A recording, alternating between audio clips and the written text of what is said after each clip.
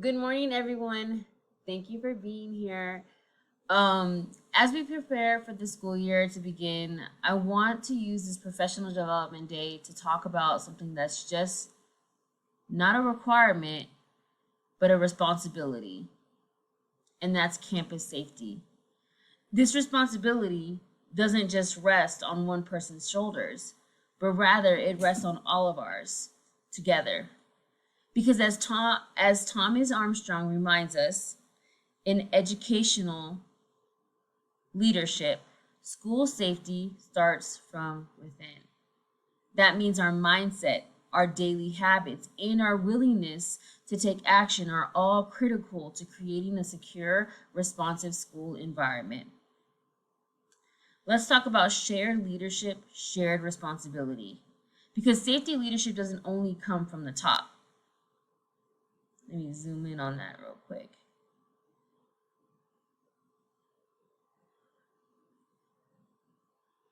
It comes from the hallway, the cafeteria, the playground, and every classroom. As, as Strong and Suse explain in Qualities of Effective Principles, effective leadership is distributed. It's modeled by everyone who contributes to a culture of safety and accountability. Now, let's shift gears and talk a bit about emergency situations.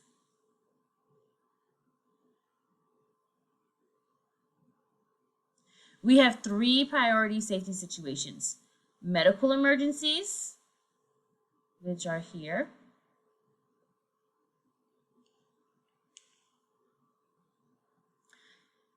HVAC failures, and lockdown drills. Let's start with medical emergencies. If a student is experiencing a medical crisis, call 911 immediately and notify the front office and stay with that student. Remember to keep the area calm and provide first aid only if you're trained.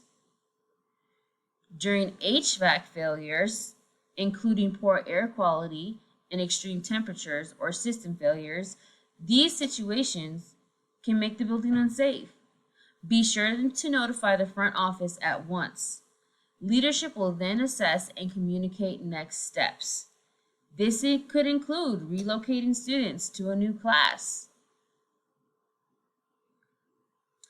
or initiating early release. And as for lockdown signal is issued, lock your doors, turn off all the lights, and move students out of sight. Remain quiet. Langreo 22 in Education Week points that not all of our doors can lock from the inside, which highlights why your awareness and preparedness are essential. We have to do our part to compensate for the structural limitations that we have, and we have to be prepared if any of these situations arise. Our hope is we never have to use them, but being prepared with the plan ensures our safety. And in regards to daily due diligence, these are just the simply daily routines that save lives. What we're talking about are simple practices, habits, or patterns, like keeping all the doors and gates closed and locked at all times, never propping open doors, never propping open the doors, or allowing unauthorized entries, and reporting mechanical or structural safety concerns promptly. Similarly, we got some drop off and dismissal pickup routines. These are some daily routines that we should be following. So if you're at duty during these times, be sure to supervise actively, monitor traffic flow and student movement, and never, and I do mean never, release a student without proper front office verification and ID. These simplistic yet highly effective steps keep our school safe and provides a peace of mind. because negligence often comes from inattention. But being present, visibly and mentally, during supervision prevents incidents before they happen. Yes, this includes recess, restrooms, passing periods, and dismissal areas.